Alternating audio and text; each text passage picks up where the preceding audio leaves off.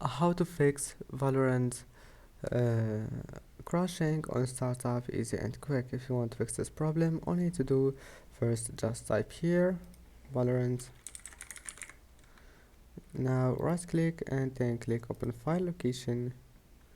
Now once you're here, right click on Valorant and then click properties, and after that click compatibility, and here click change settings for all users, and then those two options, enable it, enable those two options and click apply and OK, and now close it. And after that, all you need to restart your PC, and after restarting your PC and before launching Valorant, just make sure to close all the background applications here, right click and close. Also, if you have wallpaper engine, just close it. Don't forget to like, and that's it. See you in the next video.